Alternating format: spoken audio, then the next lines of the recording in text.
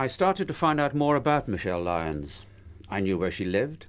I knew that she had an older brother who drove a sky blue Fiesta XR2 too fast, and I also knew that together they lived with their father. As far as I could tell, Mum was nowhere to be seen. And school? Well, for me that became less about staring out of the window and more about staring at Michelle Lyons, examining every inch of her person, breathing in every one of her perfect curves, noting every subtle nuance of her form. But getting her to notice me was a far more difficult matter.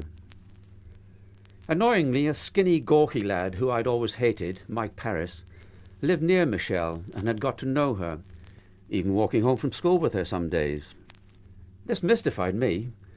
Firstly, Mike had a haircut straight out of medieval times, a stylish bowl number with an axe wound parting down the middle that made him look like Henry V on a 70s fishing trip.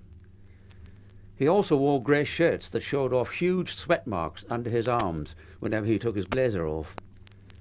His only interest in life seemed to centre around racing go-karts with his dad at weekends, whispers of whenever he and his brother decided to become his mate.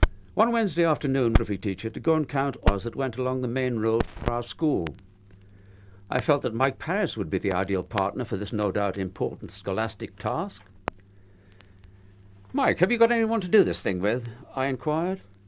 No, he replied, absolutely mystified why, after 5 years of ritual abuse, I had suddenly decided to talk to him. "Well, I thought we might as well do this together. What do you reckon?" "Oh, well, I was going to do it with Michelle. Sorry." He didn't sound very sorry to me. I persisted. "It's just that I haven't got a partner to do it with, and I feel a bit of a no-mates doing it on my own. Can't I just come in with you and Michelle?"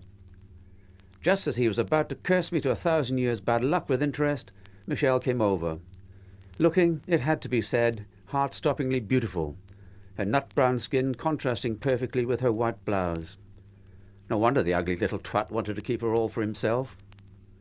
Then it got even better, thanks to the intervention of the aforementioned geography teacher, Mr. Foley. "Mike, can you partner William Dunn over here? He seems devoid of anyone to complete his survey with." "But I'm with Michelle," he protested, visibly wilting. "Can't you get Willow to go with him, sir?" "Look, stop whining, Michael, and get over here. Come on, I haven't got all day."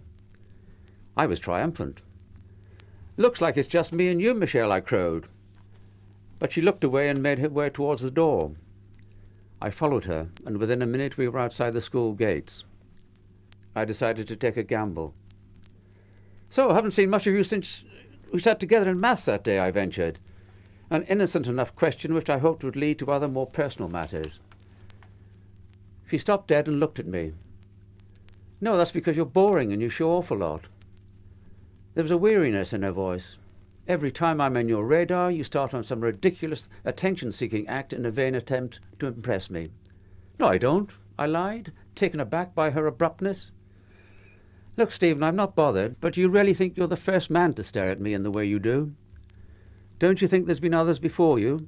Chancers, good-looking lads? People who think that maybe, just maybe, I'll want to spend my spare time with them. The reaction when I walk into a room is always the same. Always has been, Stephen. I can see them looking at me in that way. Married men, lads with girlfriends, they're all the same, overestimating their chances with me. Stephen, you're no different." The clipboard I was carrying suddenly felt heavy. How could I have been so stupid? Michelle, even though she was 16 like me, suddenly felt years older. If she was with anyone, he'd have a car, a good job, money, all things I certainly didn't possess. I felt very young and very foolish. We came to our allotted spot, and I began to cross off the legions of Ford Capris and Sierras that sped past, fixating on the monumentally fascinating task that lay before me. No way was I going to even think about talking to her again. "Stephen, stop sulking," Michelle said, drawing on a ciggy that she'd produced from her bag. "I'm not sulking. I'm just trying to do some work," I replied, sulking. "I don't mean to hurt you, Stephen. I'm just telling it like it is. You've got to realize I'm choosy when it comes to men." She said men, not boys. I should have known. And then it got worse. "I've seen the way you look at me when I walk home with Mike. You can't believe it, can you? You can't work it out. You're thinking, What's she doing walking with him, that ugly, boring, geeky boy Mike Paris? Well, that's easy, Stephen.